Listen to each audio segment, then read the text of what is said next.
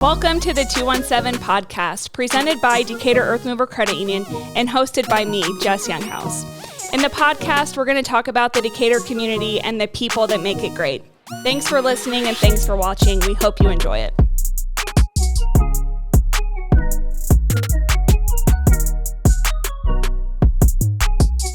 Welcome back to the 217 podcast. We're here in our first season finale with Shamika Madison from the Boys and Girls Club. So welcome, Shamika. Thanks for having me. I have to say, the Boys and Girls Club is Decatur Earth Mover Credit Union's Charity of the Year for 2023. I should have looked back to see what year we're on for our Charity of the Year program. It was like 7 or 8. So we're happy to be working with the Boys and Girls Club this year. We're super excited. I remember back when I was a member of the Boys and Girls Club, so we had these summer drives, and I know we'll get into this, but Decatur Earth Movers were the ones that took all of our youth and brought us in and got us accounts, and I still have that account, so great memories with Decatur Earth Movers. I love that. So let's first talk, Shamika, just a little bit about where you're from. Are you from Decatur? Have you always been here? Did you move away? What brought you back and things like that? Absolutely. So born and raised, east side of town. Attended the Boys and Girls Club. I went to Mound Middle School, Eisenhower. Soon after high school, I knew I just wanted to get out of Decatur. I just wanted to see what was out there. So I moved up to Grays Lake, Illinois, and went to College of Lake County, and eventually transferred down to Jefferson City, Missouri, where I went to Lincoln University, which is the only HBCU in the Midwest. So learned a lot, seen a lot of things, but unfortunately those out-of-state fees, I know. They say, hey, it's time for you to go back home and go to an in-state school. So came back to Decatur. My first stop was the Boys and Girls Club. Walt Smith at the time was the executive director, and this was back in 2006. And I said, hey, I'm home, and I just really want to find my way. I'm not for sure. They hired me in as a case manager, extremely happy there in my role. I got pregnant with my oldest daughter, and I was like, you know what, it's time for me to get back involved and figure out what's best for me. And then from there, I got into the judicial field, spent a lot of time court filing and working down at the courthouse, and I really enjoyed it. But after 5 years of that, I said, hey, I wanted something different. I went over to ADM. And then at that time, Bruce Jeffrey, who was the executive director, was coming in for a meeting. And him and I started the club together back in 2006. And he said, hey, come and run my education department. And I'm like, no, I struggle with doing my daughter's math homework. There's nothing I can do for you, but I'll volunteer, as I have done over the years. I stayed in touch. And yeah, from there, you know, I came back to the club in 2016, and here I am. Okay. So what has been your favorite thing about Decatur growing up or having been back? What's kind of one thing you love? So immediately I moved up to the Grays Lake area. It was summer of 2004, and we lived in the apartment, and everyone that we had relationships with lived in an apartment. It's just how it is up there. And I was like, there's no backyards, there's no neighborhoods. And I was like, okay, well, good thing I don't have kids. Yeah. And then it was time to get up for work, and I didn't have to be there until probably like 8:30, 9 o'clock, but I was up at 5:30 and on the road at 6:30, and that commute was extremely long. So when coming back to Decatur, I really appreciated being a small town area, having the front and backyard, the neighborhood. So I just really appreciated being small. Everyone knows everything. And I feel safe here. Versus being in a bigger city where you may not see the same person the next day. Yep. Okay, so how long has Boys and Girls Club been in Decatur? For 50 years. For 50 years, we celebrated our 50th anniversary last year. Extremely great. I did not realize that the club has been impacting so many people for so many years. Last year, we had so many people reach out to tell their story about them in the Boys and Girls Club and how it once was a small little shack area. And now we have this great location on North Jasper Street. So impacting lives for 50 years. Where did the Boys and Girls Club start? So where we're currently located at, you know, Wabash Crossing, the apartments, it was located in that area. Okay. Yep. Okay. When it was the Longview Apartments. Okay. Yep. And how long have you been on Jasper? Since 1992, if I'm not mistaken. Okay. Yep. And since the Boys and Girls Club has been at Jasper Street, what things have gone, what remodeling has happened, or things have you added on? We have done a lot of remodeling. One of our latest addition to the Boys and Girls Club is the playground that we built actually during the pandemic, and it was a community built project. So another reason why I love Decatur, you know, we put it out there like, hey, we have enough funding to buy the material and the equipment, but we do not have enough for the labor. And we had so many people sign up that we had to say, hey, we actually don't need your help. Decatur Park District stepped up and did a lot of the installation for us. So it was really great. So now we have a playground located in the back of the Boys and Girls Club. Prior to that, we received a generous donation from the Howard Buffett Foundation, and we were able to build a teen center. Okay. One of our goals in getting the teen centers is being able to separate the younger children from the teenagers, because the Boys and Girls Club is their last stop before they go into being an adult, whether that's going into the workforce, college, or just being on their own. So we found it important to provide a space for them where they can go and grow as teenagers and not have to sit on the ground crisscross applesauce as the little kids do often. So. And there's a gym at the Boys and Girls Club, too. Absolutely. A gym is another renovation that we did, I believe, in 2015. So if you guys come in there now, bright white walls and lovely floors, air conditioning. When I was a member at the Boys and Girls Club, everything was orange and blue. It had this funny rubbery, flooring, and it was hot in there. Yeah. So just imagine in the summertime, 100 kids running around, and guess what? It didn't bother them. Yeah. They were just having fun. Everybody made it. Everybody survived. Barely. Yeah. So how many kids does the Boys and Girls Club serve currently, or on average? Absolutely. So our average daily attendance has been 80. Okay. However, we have seen an increase in our membership, and we've been seeing close to 105.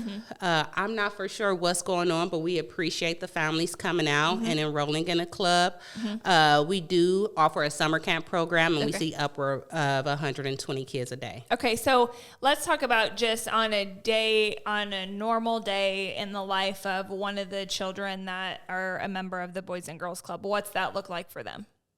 Well, a lot of I would say probably 40% of our members come over from Hope Academy, which is located directly behind the Boys and Girls Club. So they see mom and dad in the morning time. They go to school. They come directly to the Boys and Girls Club up until 7 o'clock at night, and it's time for bedtime. So we kind of serve I won't say as a guardian or a parent, but we play a very important role in our members' life, being there after school when parents are working. Sure. We all know there's no second shift childcare here in the Decatur, County area to support those parents that work those shifts. So when they come into the Boys and Girls Club, if they're failing in any subject, they're required to go into our homework room for a minimum of 30 minutes. We have iPads, and on those iPads, it was set up by the district that the apps that they use, the kids can access them from the club. So we get them in there to try to help them brush up on their skills and to put out better test scores. Once they're done with that, they're allowed to go and hang out with their friends. But then we have a program called Triple Play, and it's just physical education where the kids go in, they do a 15-minute workout as a group, and then they are able to dance, play basketball, play volleyball while they're in the gym. Okay. After that, they're hungry, right? Because the last time they ate was 11 o'clock. So they're hungry, and by then they're letting us know. So we have Debo's Chicken and Waffle Cater, our nutrition enrichment program, which is sponsored through ADM and a few other foundations here in town. We do not get chicken and waffles. The kids see him and they think that they're going to get the good stuff. Nutritious meal served to the kids, so they generally eat around 5:30, and then after they eat, their bellies are fed. We break up into those productive, high-yield activities, and it's kind of age appropriate. For example, the teenagers would do financial literacy, and the younger kids would do something maybe like bingo or a cooking class. Cool. So at that time, they're done, and then they're waiting on mom and dad to come and get them. So we keep them pretty busy around there. But we do have some of those kids that just say, hey, I'm not a social butterfly.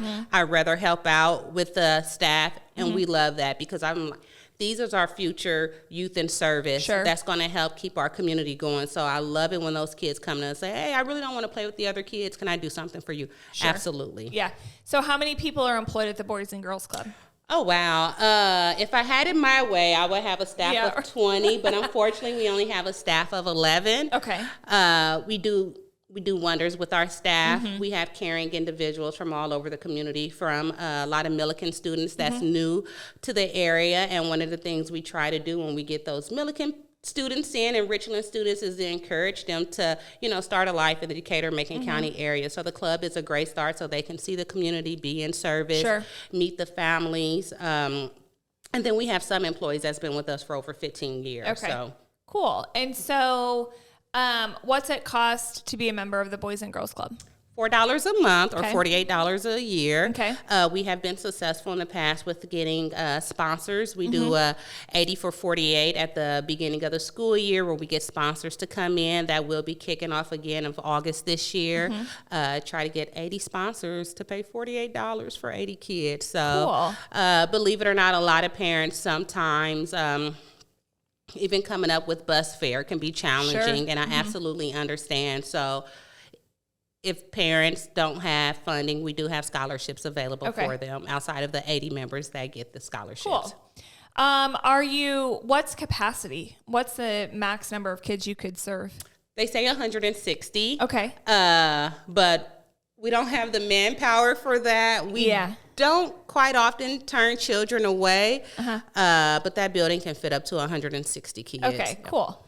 Can people from the public, businesses, whatever, come and do a tour? Absolutely. We encourage it. Yeah. Anytime you can contact myself, stop by the club. Someone's there as early as 8 a.m. Okay. We prefer doing a tour before the kids come because when we have close to 80 and 100 kids running around, it's kind of hard for them to actually see the space. Sure. So anytime between 8 a.m. to 2 p.m., contact us. We'll be more than happy to give you a tour. Cool. What's one of your favorite stories you've heard about the impact the Boys and Girls Club has had on somebody, or from your 50 years? Like, what's the best impact story? That's a great question. I can share my own because I am a club member, but we have had, I cannot think of the young man's name. I shouldn't even bring him up, but he's a pro player, and he came back and he wanted to speak with the kids, and all he could say is, I just remember what the club did for me. He kept saying that he wanted to give back. I hear those stories often, and that resonates with me because I'm the same way.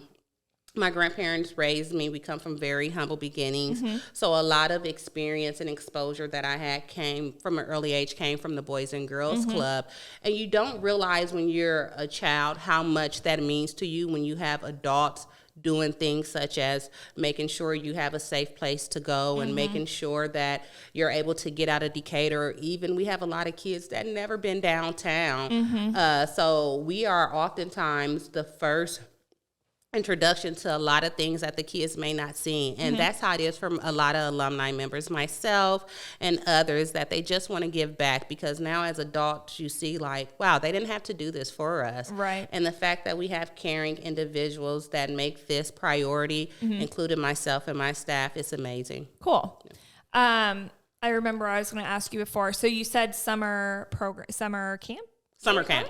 Okay, yes. So tell me about summer camp. Summer camp kicks off June 5th, which is a Monday, 8-week program. We're going up until July 28th. So we have our Be Brave summer camp, and that's for our members between the ages of 7 and 12. Okay. The focus of that camp is just to make sure that they're brave in all areas, when socializing, when on the court, when in the classroom.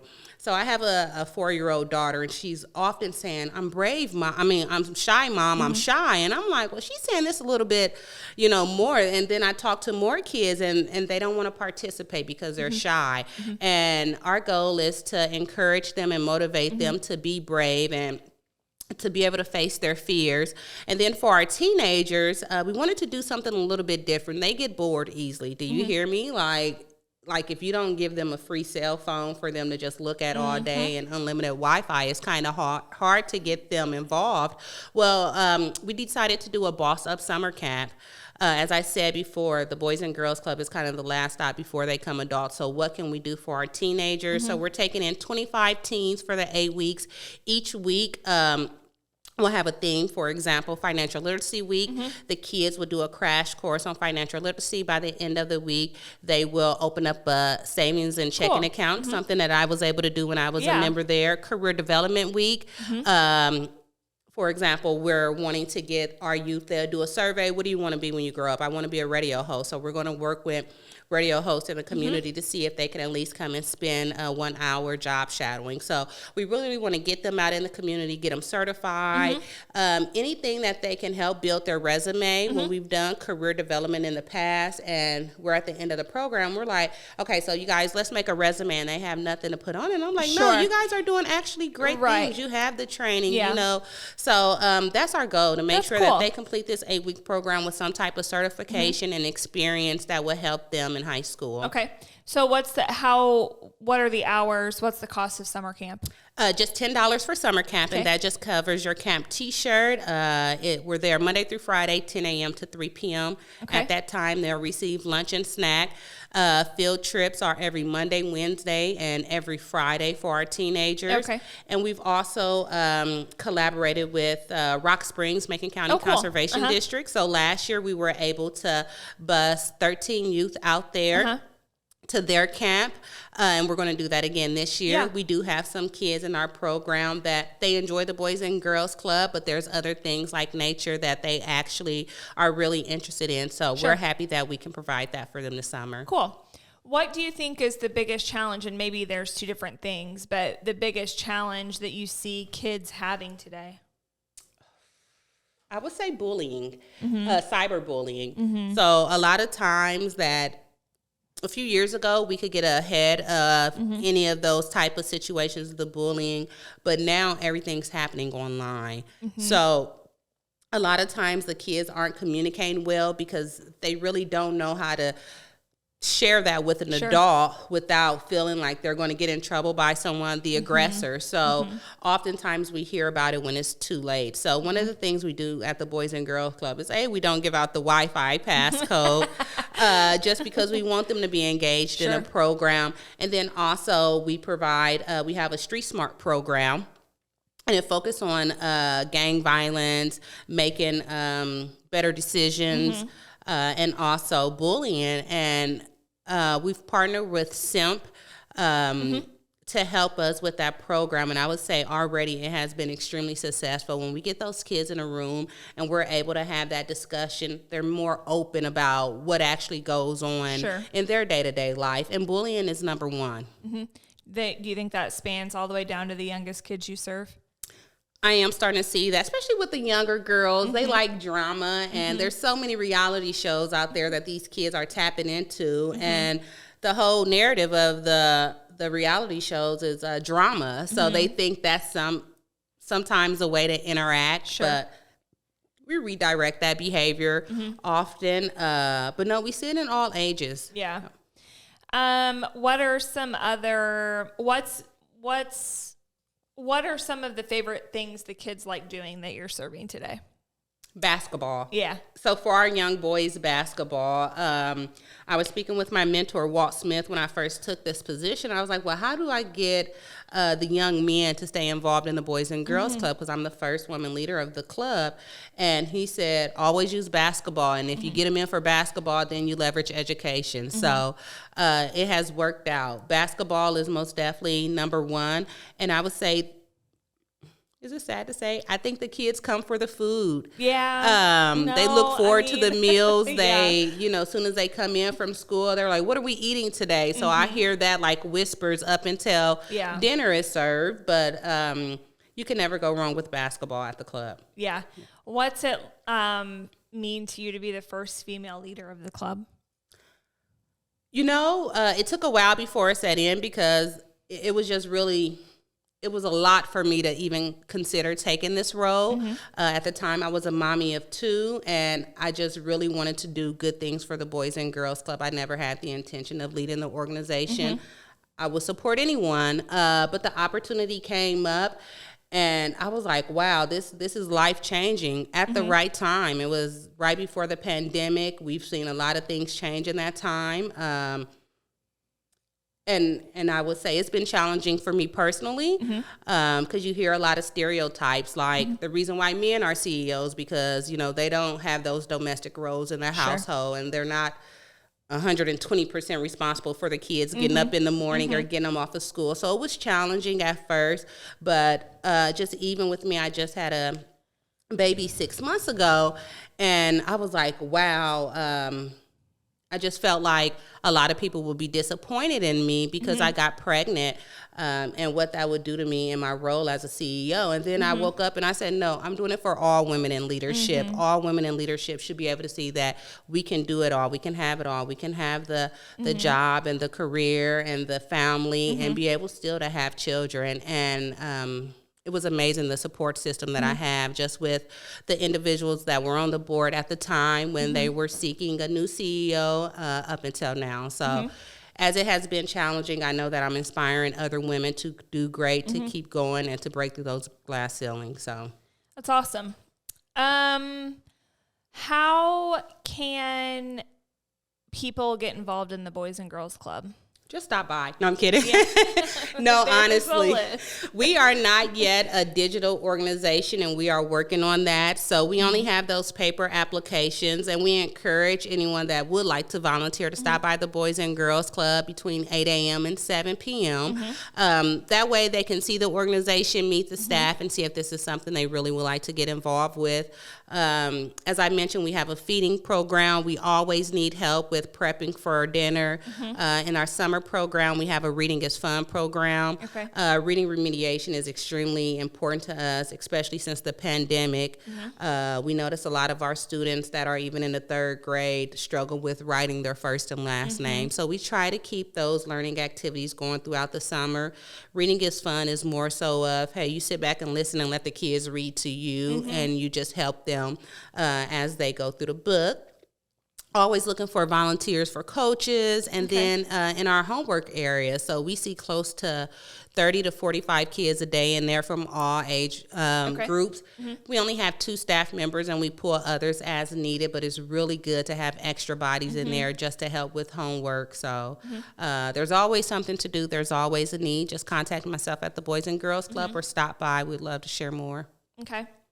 What would you say to somebody that's maybe aspiring to get involved, wants to be in leadership somewhere, wants to serve on a board somewhere? What would you say to somebody that's ready to take that next step but hasn't yet? Well, if you're looking to join a board, if you have not taken the introduction to board governance with Bruce Nims, I encourage you to do it. I know the Community Foundation usually offer that quarterly, a $30 course, 2-3 nights, extremely informational. But just make sure that you really have passion, because just being a young leader and a young professional often is talking. Get on the board and you can, you know, you'll seem like you're doing much more in your career. But no, don't do it for that reason, because us nonprofits, we really value having those volunteers on the board and their advice and their direction. So just be intentional about it. And leadership, I'm still working on myself. So when I took over the role, I knew exactly what to do. I was new to fundraising, but I felt confident in that.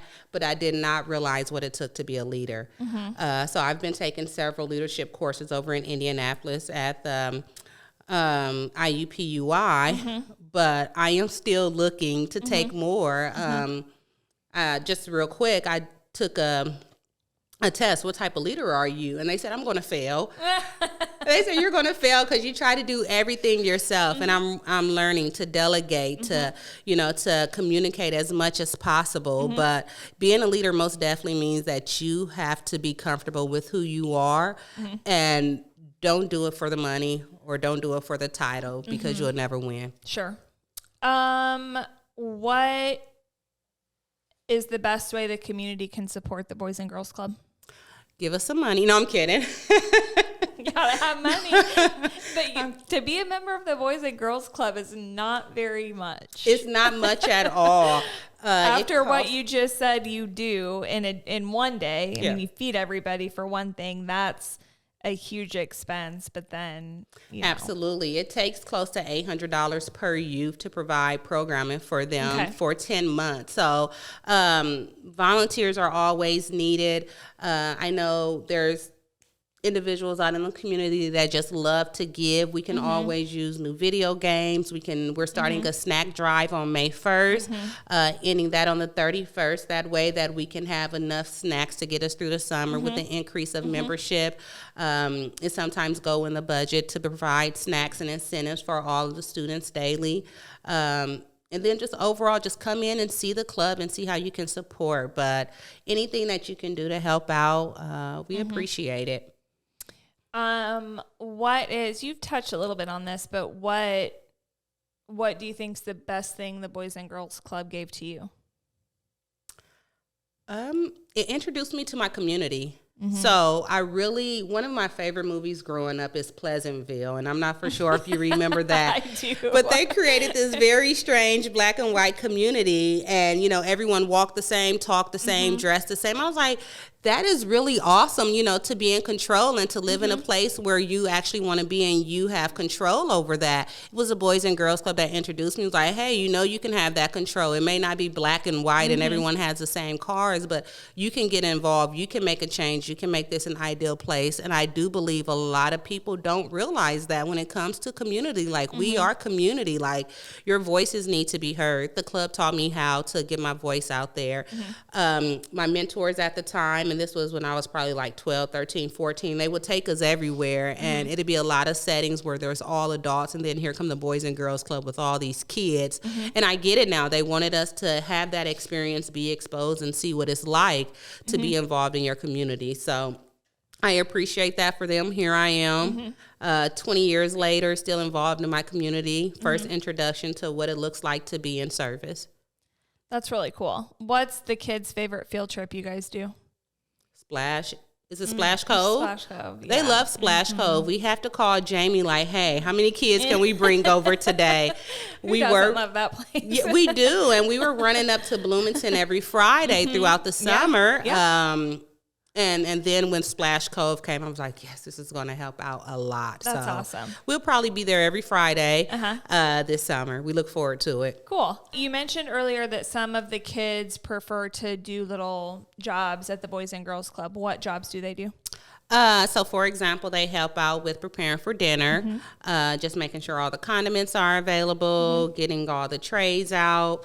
If you come back there and work with Ms. Shamika in the administrative office, you may be the next clerical clerk at 8 a.m. once you leave me, because you are going to work. So they help with shredding paper. I have a teenager. She's 16. She's extremely smart. She has a 4.0 GPA, and she's just been helping with doing some filing. And the other day, I was like, hey, just pull everybody and let me know if we were going into a board meeting. I said, hey, pull everybody's file and let me know when they started, and they should do 3-year terms. She put together a spreadsheet for me. Oh, that's she so wrote on it. cool. I'm like, oh my goodness, I need to hire you permanently. So it just depends, we have some students come over from Eisenhower in the SED program. They help out with janitorial tasks. What I like about them coming over, it makes them feel important.